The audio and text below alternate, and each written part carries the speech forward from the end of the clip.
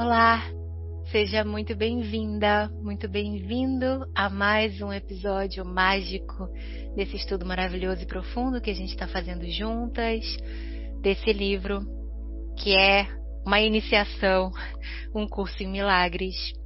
Mais uma vez é uma honra, uma alegria estar aqui, gravando mais esse episódio. Para mim está sendo muito gratificante manter essa consistência, manter esse estudo. E sinto que é isso, que esse é o caminho. Espero que você também possa estar aproveitando, recebendo insights, e não só recebendo insights, mas também talvez já transformando esses insights em mudança, em atitude na sua vida, em escolhas mais conscientes na sua vida, que sinto que é esse o propósito, né? É sobre a gente trazer da teoria para a prática, e espero que isso possa estar reverberando aí para você como tá para nós aqui. Hoje eu tô aqui com a Gabi maravilhosa pra gente fazer a nossa leitura. Bem-vinda, Gabi. Olá, estou muito feliz de estar aqui com vocês de novo para fazer a leitura do livro. Bom, hoje a gente vai fazer a leitura do capítulo 2, vamos continuar no capítulo 2, na seção 4, que é a cura como liberação do medo. Então, para quem tiver o livro físico, tá na página 24, para vocês já irem aí se organizando, pegando o livro, quem tiver. E vamos fazer agora um momento de alinhamento. Ok, hoje eu vou conduzir o alinhamento, eu e a Gabi combinamos de fazer assim. Então eu vou pedir para você, por um instante, que está ouvindo a gente, que você possa fechar seus olhos, respirar profundo, se conectar dentro com teu coração.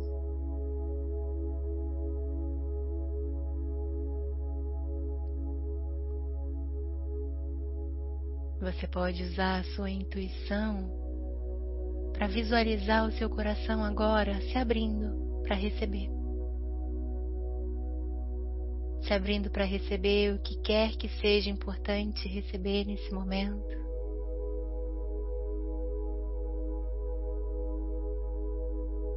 Abre espaço.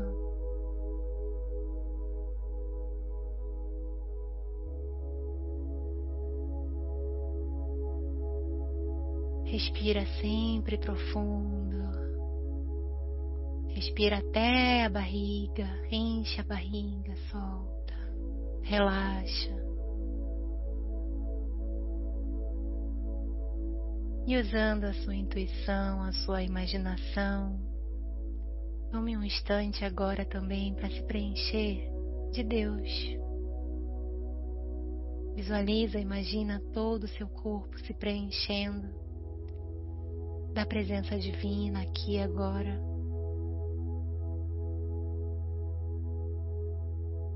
Confiando que você está no lugar certo para receber aquilo que você está pronta para receber.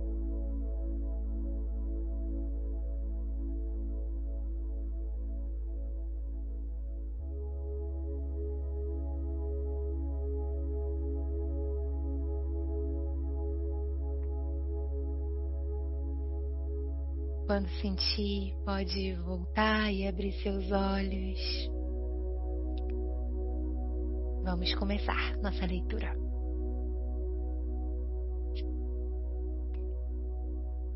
Então, capítulo 2, seção 4, a cura como liberação do medo. Nossa ênfase está agora na cura.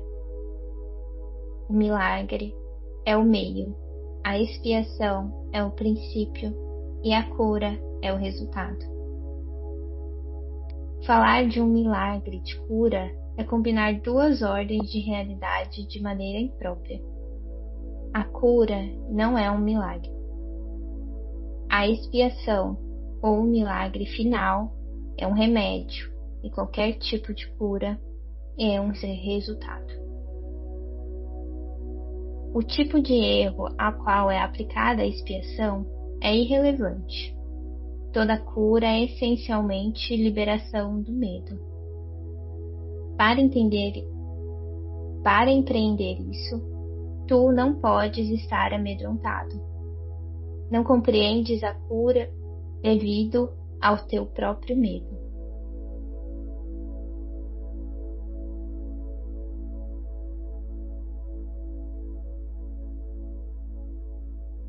Ok. Bom, aqui eu sinto que ele quer separar um pouquinho na nossa mente o que é cada coisa, né? Então, o milagre, ele é o meio através da qual a cura vai se manifestar. Então, é a forma como a gente talvez recebe essa cura, né? Onde a gente recebe na forma ou até na mente mesmo. Como a gente percebe a cura ocorrendo, mas ele não é por si só a cura. E a expiação é o princípio porque é como se fosse a essência, digamos assim, né? O início e o objetivo final. É a expiação que nem a gente falou nas outras sessões, a expiação é só aquele momento final, mas ela se dá como um processo até que a gente tenha a tomada de consciência, até que a gente retome a consciência de quem a gente realmente é, desperte da ilusão.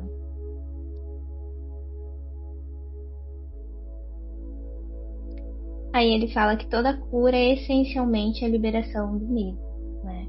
Porque o medo, ele é essa grande barreira. Porque, seguindo aí o raciocínio que ele tem feito com a gente, o medo, ele é aquele rompimento da nossa integridade, né? A crença de que algo pode me afetar, de que eu sou menor, de que eu sou frágil, de que eu sou vulnerável. Então, no fundo, a gente não está falando só do sentimento medo, a gente também está falando de todos esses conceitos relacionados com a gente mesmo, que a gente tem se identificado, que não é quem a gente é. E esses conceitos estão muito ligados à ideia de separação, ao ego separado que a gente criou. Então, curar esse medo, curar esses conceitos, é esse processo de expiação, né? É o caminho para longe do medo, porque quanto mais a gente se aproxima da verdade, menos medo a gente tem, porque menos a gente vai estar identificado com essas ilusões que nos amedrontam. Maravilha, é isso. Foi o que eu senti também, tem a ver com a separação, né? O medo é o resultado, como se fosse um resultado da separação, da identificação com o ego. E talvez qualquer uma das distorções que a gente possa nomear, enumerar, defeitos que a gente entende como defeitos ou dificuldades, vão ter a raiz no medo, né? Sim, vão ter a raiz. Ao mesmo tempo que tem a raiz, também são a causa do próprio medo, né? Que a gente se perceber com essas vulnerabilidades, com essas crenças de pequenez, é o que vai fazer a gente sentir o medo também, vulnerável ao externo, né? Então as duas coisas se juntam 100%. Sim.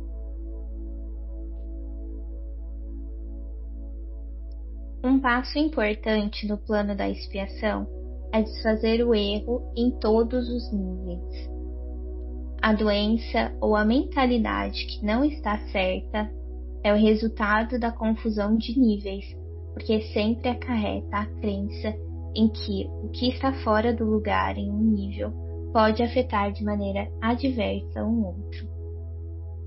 Nós nos referimos aos milagres como meio de corrigir a confusão de níveis, pois todos os equívocos têm que ser corrigidos no nível em que ocorrem. Só a mente é capaz de errar. O corpo pode agir de maneira errada apenas quando está respondendo a um pensamento equivocado. O corpo não pode criar, e a crença em que possa um erro fundamental produz todos os sintomas físicos. A enfermidade física representa uma crença na mágica. Toda a disfunção que deu origem à mágica baseia-se na crença segundo a qual existe uma capacidade criativa na matéria em que a mente não pode controlar. Ok, acho que então vamos já conversando sobre esse parágrafo. Primeiro ele já vai trazer a ideia da doença, né? E ele coloca ali na linha 2, né, que a doença ou a mentalidade que não está certa é um resultado da confusão de níveis. E aí ele está fazendo já um adendo que a doença não é necessariamente só a doença do corpo, é também a doença da mente. E não só também a gente está falando de ansiedade e depressão, não só os transtornos, mas essa percepção equivocada que a gente cria, né, que nos adoece, que adoece o ser, o Filho de Deus, é adoecido por estar se identificando com essa percepção equivocada de quem ele é e da realidade. E aí ele começa a falar da diferença de níveis, né? Que é a gente muitas vezes querer curar a forma, curar o corpo, quando na verdade a cura está na mente. Então, o que o ego ele quer pra gente é curar as coisas do mundo. Só que o que ele traz é que o princípio do problema não está no mundo, está na nossa mente. E é a confusão de níveis que faz com que a gente fique mais embolado nesse processo todo. E por isso que ele fala também que o corpo ele não pode ser capaz de criar. Porque até se a gente for pensar na medicina tradicional, a gente acredita muitas vezes que o corpo pode criar uma doença, né? Que o corpo cria as desordens do corpo. E o que ele traz é que não. E por quê? Porque toda a distorção é baseada num pensamento de mágica, e esse pensamento tá nessa ideia de que a matéria pode controlar a matéria, só que é a mente que controla a matéria. Então, primeiro a gente adoece a mente, a gente adoece esse pensamento, e aí ele é refletido na forma, ele é refletido na matéria. Não é o corpo por si só, na perspectiva de um curso em milagres, que está criando aquela doença. E se a gente não consegue identificar isso, a gente não consegue curar verdadeiramente. E não quer dizer também, né? E daí é até interessante, porque então nesse nível a gente está falando que qualquer cura que a gente tem no físico foi uma cura na mente. Ele vai falar sobre isso, ele vai falar também sobre o uso, por exemplo, de remédios como mágica. Então, remédios fazem efeito, porque a gente acredita em remédios. E não é só sobre efeito placebo, gente. Eu acho que é algo mais profundo, até sobre a gente criar mesmo a ilusão, porque pensa que a gente é criador dessa ilusão. Então, se eu crio essa ideia de que é o remédio que vai me curar, e eu realmente acredito nas leis desse mundo, eu vou ter a cura através do remédio. Mas o que ele quer dizer é que não é para usar remédio, que é para usar remédio. Mas é pra gente começar a dar esses passos para trás de perceber que, na verdade, o princípio disso tudo é a nossa própria mente. Essa criação, essas projeções que a gente tem feito. Então, se eu tomo remédio e eu fico bem, é porque dentro da minha mente, em algum lugar, eu permiti isso, entende? Uhum. Tanto que, até, né, se a gente for olhar mesmo pra medicina, tem algumas coisas que são inexplicáveis, tanto em milagres, quanto às vezes uma pessoa toma um remédio que faz super efeito e para outra pessoa não faz o menor efeito. Uhum. É por conta disso, não é uma lei universal. E um curso de milagres vai falar de leis universais. Então, para ele, inclusive, alguns dos princípios, né, que ele traz, para algo ser verdadeiro, precisa ser universal. Então, precisa ser aplicado em todas as situações. Se tem divergências, é porque está permeado pelas ilusões ainda. Então, tem purificação, tem cura pra gente fazer. Às vezes a gente não tá falando do mesmo nível, né? E sabe o que é interessante, que veio aqui pra mim, sobre essa questão do remédio e não remédio, né?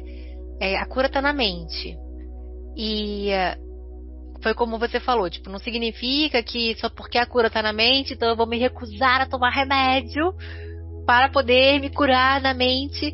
Não é sobre isso, mas também não é sobre o oposto extremo. Ou seja, tô com uma coisinha, tomo um remédio. Tô com outra coisinha, tomo um remédio. E provavelmente, né, o que eu tô conseguindo entender veio um sintoma físico. Esse movimento de dar um passo para trás, e não tão racionalmente, né? Eu sinto que é nesse lugar de abrir o coração mesmo, de se entregar mesmo para o aprendizado, para o entendimento, para a cura na mente. E tomar o remédio e receber ali uma cura, que às vezes é temporária, às vezes é só um amortecimento, às vezes a gente toma um remédio e a gente ameniza sintomas. Aparentemente cura, mas se a cura na mente não aconteceu, uma outra situação ou um outro sintoma acaba chegando, e isso é o que faz muito sentido para mim, né? Então, uma vez que o sintoma físico acontece e o seu coração, a sua disponibilidade para cura, né, tá ali presente, você dá um passo para trás, enfim, a medicação ela vai ajudar, talvez, a curar, porque a cura na mente já vai estar acontecendo, então a medicação vai entrar ali como talvez um catalisador, ou até por a gente acreditar que seja, né? Mas é isso, a cura pode, o remédio pode sim eliminar a doença, uma vez que a cura na mente já tenha sido estabelecida. Caso contrário, é apenas um adiamento, né? Exatamente, daí exatamente. Por isso que existem também, eu acho que a gente até pode falar nesse nível, remédios que curam doenças, sei lá, você tá com febre, você toma um remédio de febre e daqui a pouco você tá bem. né? Porque tem essa disponibilidade na mente também pra gente acessar essas curas, né? Enfim.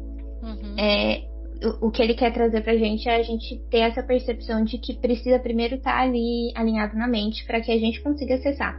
Por enquanto, muitas pessoas ainda acreditam em remédios, então elas vão continuar utilizando remédios. Porque é aquela velha frase que a gente sempre fala, não dá pra gente negar o mundo acreditando no mundo. Tem até um trecho, não sei se vai ser agora que ele vai falar sobre isso, que ele fala que se você tem medo, né, e você quer parar um medicamento, ele tá discutindo algo nesse sentido. Ele fala pra você não fazer isso. Porque se você tá com medo, você tá acreditando que aquele medicamento é importante. Então você tá querendo negar o mundo acreditando nele. Não é isso que o livro tá pedindo de você. Ele tá pedindo que você seja verdadeiro com aquilo que você acredita. Ele só quer trazer um insight para que você possa ter uma possibilidade, uma brecha na sua mente para poder acessar isso. Mas se você ainda não acessa, você tem medo, você só vai estar trazendo a verdade para a ilusão. E aí você vai confirmar a ilusão, porque no fundo você está acreditando ainda no remédio. E aí você vai ficar sem remédio, sei lá, vai passar mal, por exemplo. Então não é esse o treino que ele está pedindo para a gente fazer. Esse erro pode tomar duas formas. Pode-se acreditar que a mente pode criar de forma equivocada no corpo, ou que o corpo pode criar de forma equivocada na mente. Quando fica compreendido que a mente, o único nível de criação, não pode criar além de si mesmo. Nenhum desses dois tipos de confusão pode ocorrer. Só a mente pode criar porque o espírito já foi criado e o corpo é um instrumento de aprendizado para a mente. Os instrumentos de aprendizado não são lições em si mesmos. Seu propósito é meramente facilitar o aprendizado.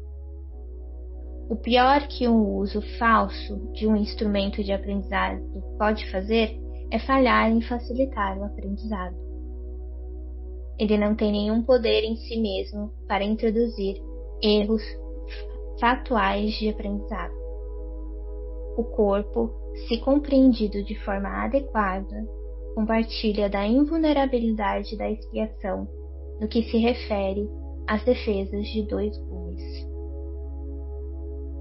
Isso não se dá porque o corpo seja um milagre, mas porque não está inteiramente aberto à interpretação equivocada. O corpo é meramente parte da tua experiência no mundo físico.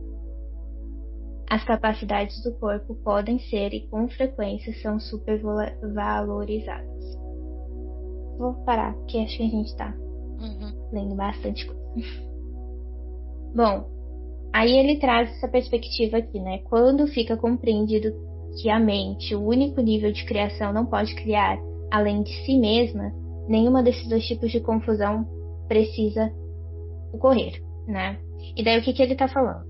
Embora a gente esteja falando que a mente cria, a mente não criou nada disso. É tudo uma ilusão. Então a criação real, a criação de Deus, ela não é feita aqui, né? Não é a criação que a gente compartilha com Deus, não é essa ilusão. Tanto que, por isso que a gente diz que é como se fosse um sonho. A gente não está criando de fato o que está acontecendo. Mas o corpo pode ser sim utilizado como um instrumento. Então, um instrumento para um aprendizado, para uma correção que a minha mente precisa fazer. Entende? Então, eu tenho alguma coisa que eu preciso ainda corrigir na minha mente. Então, o corpo ele pode ser usado como esse instrumento para eu aprender essa lição. E aí, o que ele traz é que a gente não cria mal. E eu acho que aqui, o principal objetivo dele estar falando isso é até para a gente tirar as ideias de culpa que tem na mente. Porque é muito comum, quando a gente vai para esse campo espiritual, a gente começar a se sentir muito culpado por estar doente. Sabe? Culpado por ter uma dor específica, do tipo, eu não tô fazendo a lição de casa, eu tinha que ter tido a cura, se eu tivesse fazendo tudo certinho, eu já tinha resolvido, eu tô somatizando. Então, eu sinto que isso é também uma resposta, ele trazendo essa luz, para essa culpa que o ego quer colocar na gente, só que com uma nova roupagem, né? Porque o ego ele quer sempre só apontar dedos e fazer a gente sentir culpado e errado. E o que ele tá querendo dizer é que, primeiro, você nem tá criando isso de verdade. Tipo, não é a tua mente que tá criando isso, porque você nem tá criando tudo isso. E segundo, isso é um instrumento de aprendizado, então se abre. E até é interessante, gente, porque às vezes pessoas que têm, sei lá, que a gente admira muito, passam por processos de saúde, de doença, E nem por isso diminui elas, né? São vistas como pessoas menores. Muito pelo contrário, às vezes é nesse lidar com a doença que elas conseguem curar coisas que talvez se elas não tivessem tendo esse meio de aprendizado, elas não conseguiriam ir tão fundo, não conseguiriam estar acessando aqueles conhecimentos. Então a doença, como o corpo, é um veículo de aprendizado. Mas não é uma criação maligna, digamos assim. Por mais desafiador que sejam esses desafios de doença, né, que se manifestam. Que lindo, né? É tirar esse olhar mesmo dual, assim, de julgamento. Porque é isso, é muito fácil a gente olhar para uma pessoa que é referência, olhar para alguém que inspira a gente. Ah, essa pessoa adoeceu, ok, adoeceu. Agora, quando é com a gente, é diferente, né? Quando é... E esse lugar mesmo de... A gente sabe que a gente está aqui e aprender faz parte do caminho. Mas a gente insiste em acreditar que vai acontecer sempre de acordo com o nosso gosto pessoal, né? É tudo, assim como a doença, existem outras ferramentas, outros artifícios, né, para o aprendizado acontecer. E conforme também a gente vai tirando esse peso, sabe, daquilo que é desagradável como ruim, que é muito diferente ser desagradável e ser ruim, e trazendo esse lugar de a vida tá aqui, a vida acontece, eu escolhi estar nesse corpo, eu escolhi essa experiência, então bora, né, bora aprender e se abrir pro que quer que aconteça, que não é, definitivamente não é pro meu mal. Muito profundo. Eu vou voltar na frase 6 do parágrafo 3. O corpo, se compreendido de forma adequada, compartilha da invulnerabilidade da expiação no que se refere às suas defesas de 2 gumes.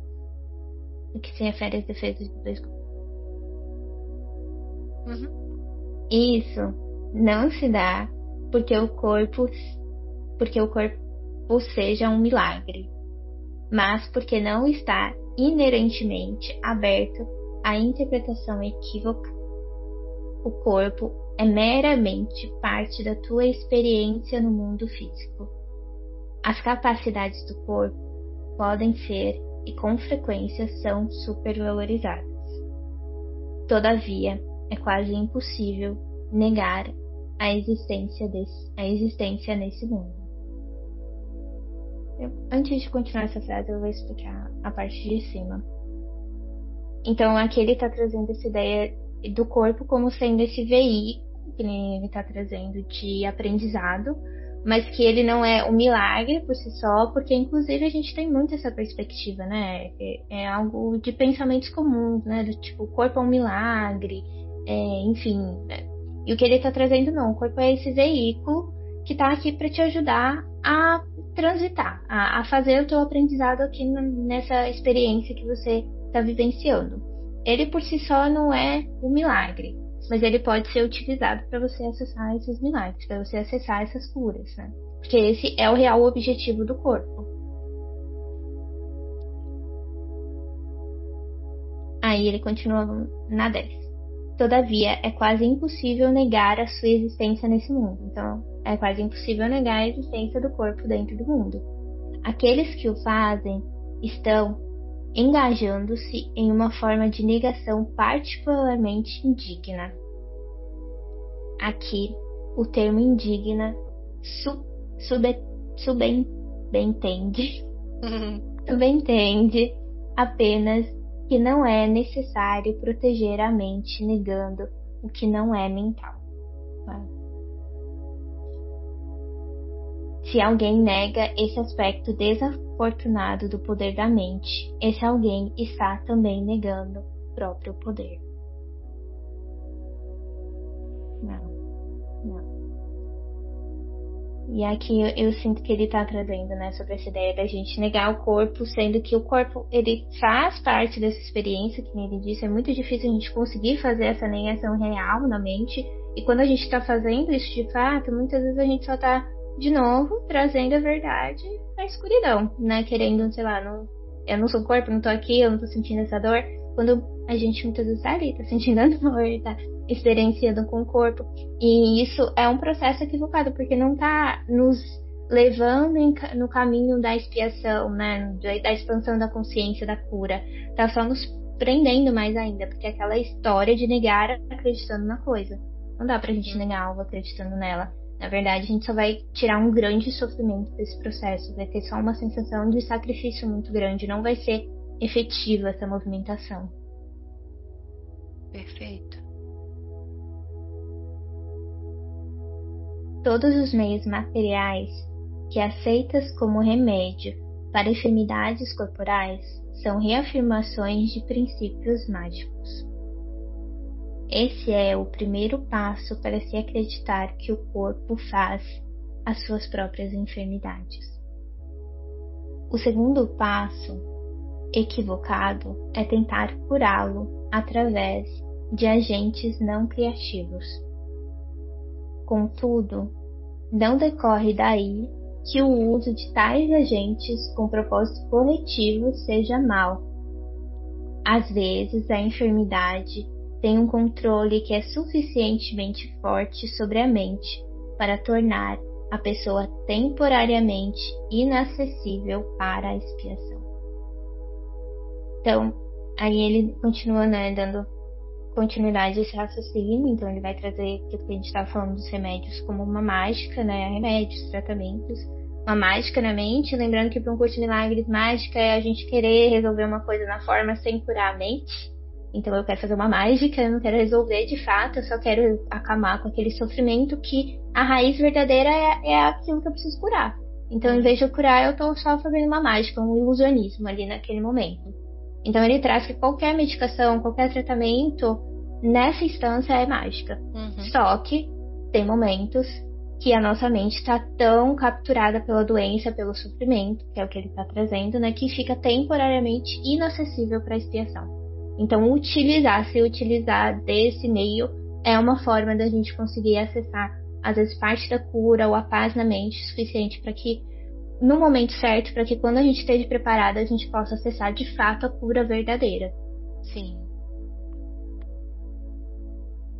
Nesse caso, pode ser sábio usar uma abordagem de transigência para com a mente e o corpo, na qual por algum tempo se acredita que a cura venha de alguma coisa de fora. Que a cura. Socorro, Deus.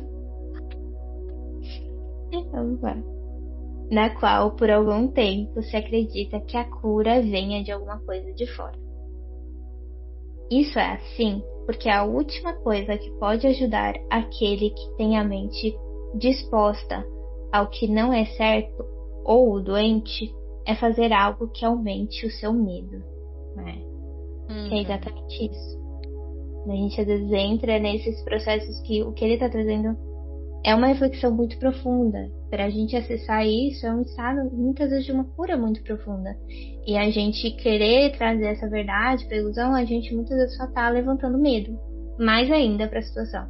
Vai fazer com que as coisas só piorem. A gente não vai acessar a cura verdadeira porque a gente está como que puxando o nosso próprio tapete, né? Eu ainda estou acreditando nesse tapete e estou acreditando que eu estou pisando nele. Então eu não vou puxar ele agora, porque não é o momento de fazer isso.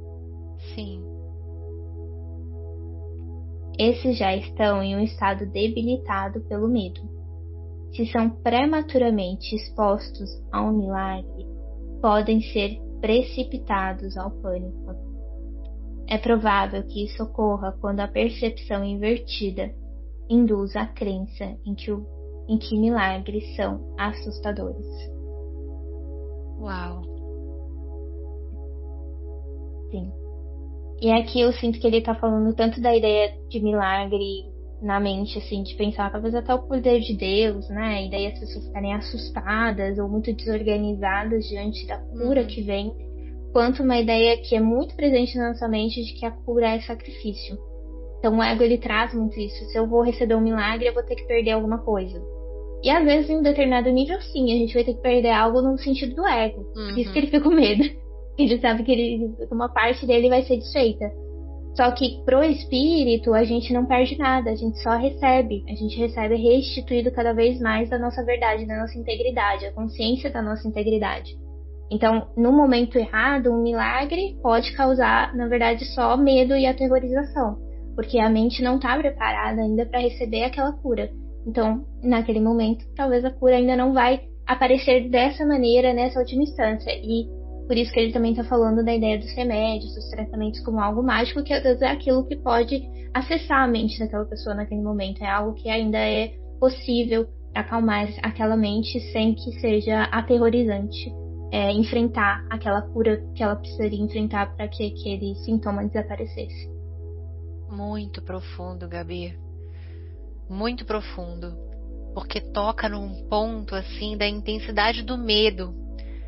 E do quão delicado é o processo de cura quando a gente está falando, porque assim, é claro que esse livro a gente está olhando pra gente, né? Tipo, eu tô lendo esse livro, tô olhando pra mim, mas esse lugar também das vezes a gente acreditar que salvar o outro, ajudar o outro, querer que o outro se cure, querer que o outro, enfim, viva uma realidade que às vezes ele não tá pronto pra viver, né? Eu achei muito forte essa frase aqui do prematuramente, cadê? Se são prematuramente expostos ao milagre, podem ser precipitados ao pânico. Ou seja, não adianta forçar. Não adianta forçar a gente com a gente mesmo, não adianta querer forçar alguém que às vezes a gente está visualizando, né? A gente está observando o sofrimento de alguém que a gente ama muito, e aí às vezes a gente acredita que a cura é o melhor.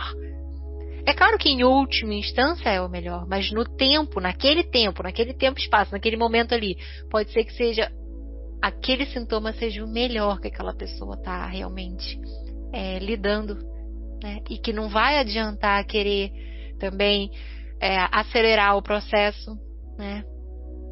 Porque pode desorganizar, como você falou, pode desorganizar e aí às vezes o estrago pode ser maior ainda. Bem delicado. Muito profundo mesmo, daí. Que é esse lugar que a gente já conversou, né? Dos passos para trás e da gente respeitar os momentos, tanto nosso quanto das outras pessoas. Né? Que a gente realmente não sabe o que é verdadeiramente útil. E que o caminho que ele conduz a gente é um caminho de gentileza. Por mais que às vezes a gente não consiga enxergar, né? Porque, sei lá, se você tá sofrendo ali com uma doença, você vai pensar, meu Deus, eu não estou sendo curada, isso e aquilo. Não tá e sendo aí gentil. Entra nessas narrativas. Exatamente. Exatamente. Pois é. O valor da expiação não está na maneira na qual ela é expressa. De fato, se é usada de forma verdadeira, inevitavelmente vai ser expressada do modo que for mais útil para quem recebe, seja ele qual for. Isso significa que um milagre, para atingir a sua plena eficiência, tem que ser expressado em uma linguagem que aquele que recebe possa compreender sem medo. Não. E fala exatamente dessa gentileza, né? De receber aquilo que é possível. E é interessante que ele fala, né? Que a expiação ela vai ser sempre expressa da maneira que for mais útil. E às vezes, nesse processo, quando a gente está com o outro, a gente está julgando realmente o processo do outro. Mas ele pode estar até recebendo uma expiação do que a gente acha que está errado, né?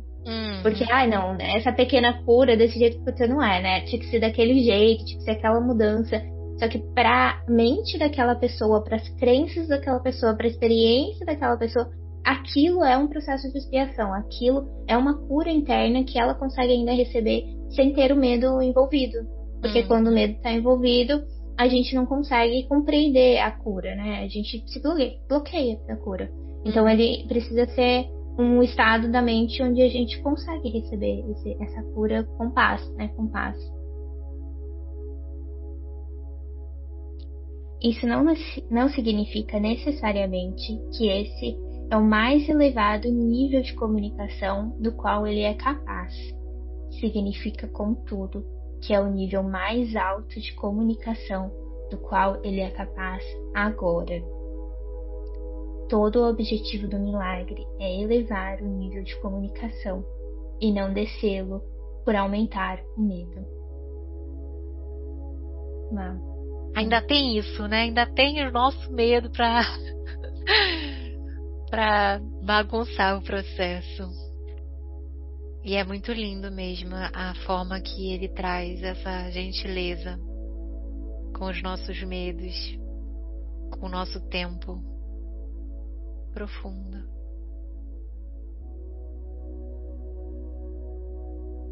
Quer trazer alguma coisa desse último parágrafo, não? Não, eu sinto que é isso mesmo, né? Ele novamente lembrando a gente, né? Que é o agora, né? O que a gente é capaz de acessar agora. Porque na última instância estamos 100% nessa comunicação com Deus. Mas agora a nossa consciência ela tem uma limitação ainda do que é possível. E a gente vai receber o que for possível agora. O que a gente tiver disponível, a nossa consciência estiver disponível para receber, ela vai receber. Mas nos passinhos dela. Isso tanto pra gente ter paciência com a gente mesma, quanto pra gente ter paciência com os processos dos outros que a gente observa ao redor. Paciência, compaixão, confiança, né? Tipo, paciência e confiança também, de que a gente não sabe nada. A gente não sabe nada. O máximo que a gente pode fazer é a nossa parte, o máximo que a gente pode fazer é buscar abrir os nossos olhos e o nosso coração para receber. E é isso, essa é a nossa parte. Isso é o que nos cabe. E tá bom demais. Maravilhoso. Então fechamos mais uma sessão. A gente está agora na metade do capítulo 2. Próximo podcast a gente já passa da metade. Vamos que vamos, né? Esse capítulo tá suave. Por enquanto, assim, ainda não tá bugando tanto minha mente. Por enquanto, vamos ver. As cenas das próximas sessões, não do próximo capítulo. Gratidão, Gabi, querida, pela tua leitura, pelas tuas interpretações sempre certeiras, maravilhosas, profundas. Gratidão, Deia, gratidão a todo mundo que ouviu, por ter se unido com a gente para receber um pouquinho esses conhecimentos e saberes, né? E é isso, seguimos juntos. Seguimos juntos e qualquer coisa, estamos por aqui. Gratidão, até o próximo podcast.